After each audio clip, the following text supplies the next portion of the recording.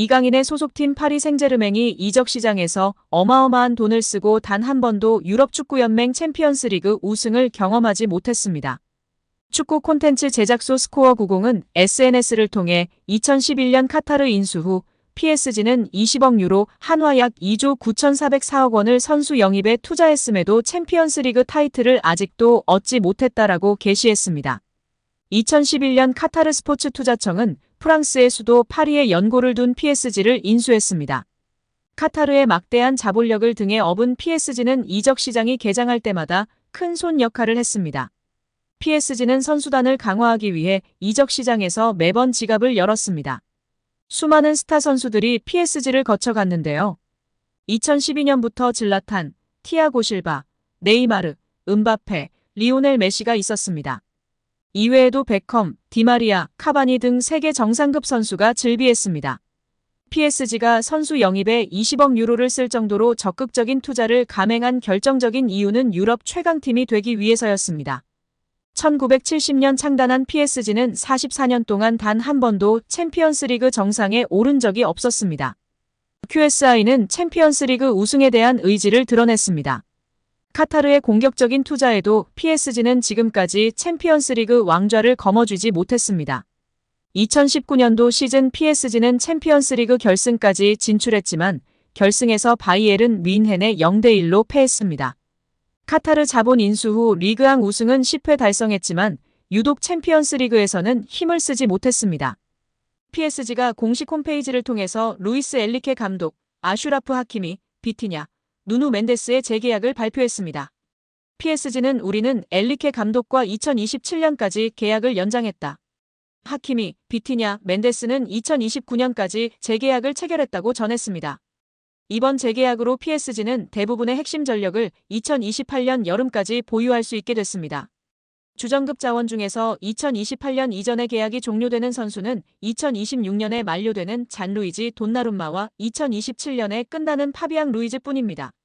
두 선수를 제외한 주전급 자원들은 모두 2028년 혹은 2029년까지 PSG 선수로 뜁니다. 이강인은 2028년까지 계약된 선수 중 하나입니다. PSG와 재계약을 체결한 세 선수의 중요성은 말로 다 설명이 불가능할 정도인데요. 풀백의 중요성이 날이 갈수록 중요해지는 현대축구에서 하키미와 멘데스를 잡은 건 매우 크다는 평가입니다. 하키미는 지난 시즌부터 유럽 최고의 풀백으로 인정받고 있으며 멘데스는 부상을 털고 돌아와 PSG의 왼쪽을 탄탄하게 지켜주고 있습니다. 핵심 미드필더인 비티냐도 마찬가지인데요. 현재 비티냐만큼 중원에서 사령관 역할을 해줄 수 있는 선수는 전 세계에 많지 않다는 평가입니다.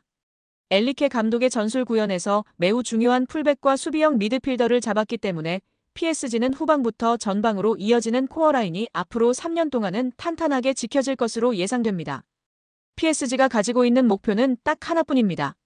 이미 프랑스에서는 적수가 없는 PSG이기에 유럽 최정상으로 인정받을 수 있는 유럽 축구연맹 챔피언스리그 트로피를 원하고 있습니다. 킬리안 음바페가 레알 마드리드로 떠나면서 슈퍼스타는 잃었지만 PSG는 이제 조직력을 앞세워 UCL 트로피를 노리겠다는 계획입니다. 슈퍼스타 위주의 영입에서 벗어나 팀에 융화되고 조직력을 올려줄 수 있는 어리고 유망한 자원을 집중적으로 영입하는 중입니다. 이강인도 이러한 방향성에서 영입된 선수 중 하나입니다. 핵심 자원들을 모두 붙잡았기 때문에 당분간 PSG는 전력 유출에 대해서 크게 걱정할 거리가 사라졌습니다.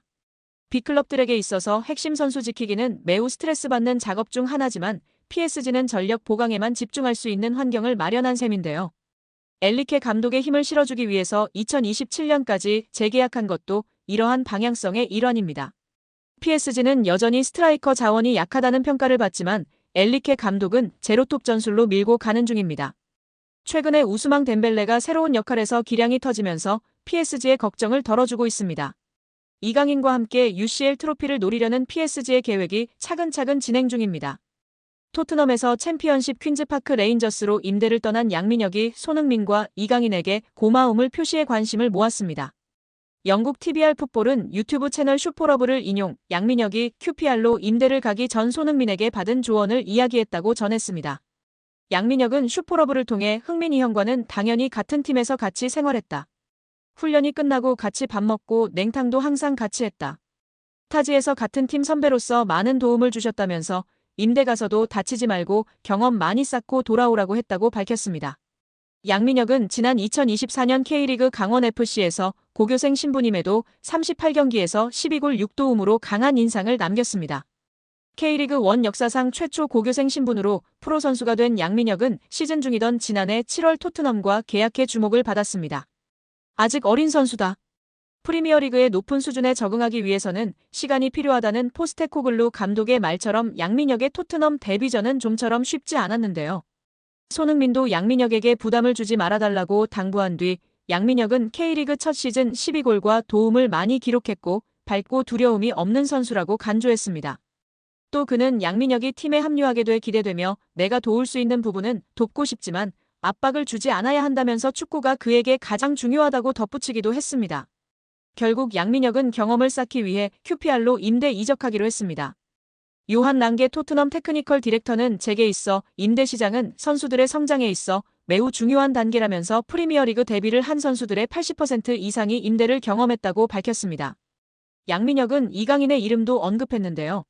한국 축구대표팀에서 이강인과 인연을 맺은 양민혁은 여기 와서 강인이 형이 되게 많은 도움을 주신 것 같다. 고마움을 전하기 위해 이렇게 방송을 통해 이야기한다고 밝혔습니다. 이어 형이 새해에 먼저 연락을 주셨다. 선배가 후배에게 먼저 연락 주기가 쉽지 않다면서 강인 이 형이 왔는데 어려움은 없냐. 자신감 가지고 너 하고 싶은 대로 하면 분명. 내가 좋은 위치에 원하는 위치에 갈 수 있다 등의 조언을 많이 해줬다고 마워했습니다.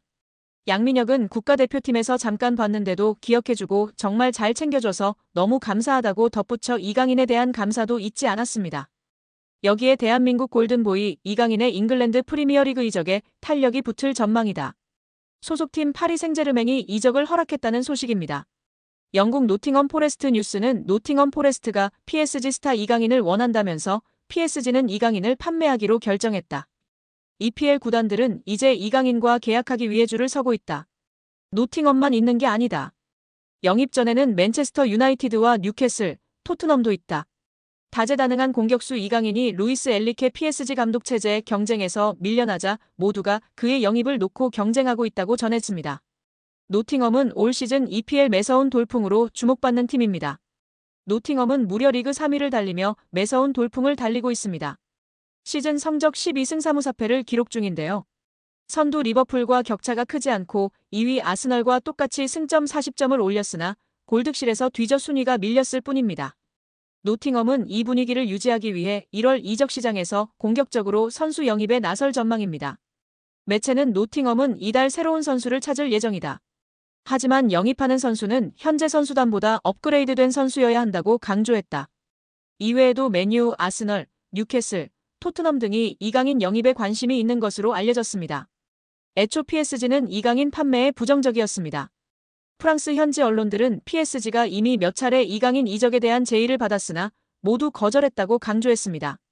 하지만 입장이 바뀌었는데요.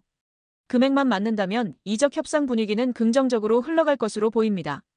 축구 전문 온더미닛에 따르면 이강인과 PSG 모두 이별을 원한다. 이강인은 새로운 도전을 위해 PSG는 애매한 입지에 이강인을 팔고 현금을 확보하려고 한다는 계획이라고 전했습니다. 또한 프랑스 PSG 토크는 PSG가 이강인의 이적료로 4,400만 유로 약 660억 원을 원한다고 밝혔습니다. 부담스러운 금액이기는 하지만 맨유, 아스널 등 빅클럽들이 지불하지 못할 금액도 아닌데요.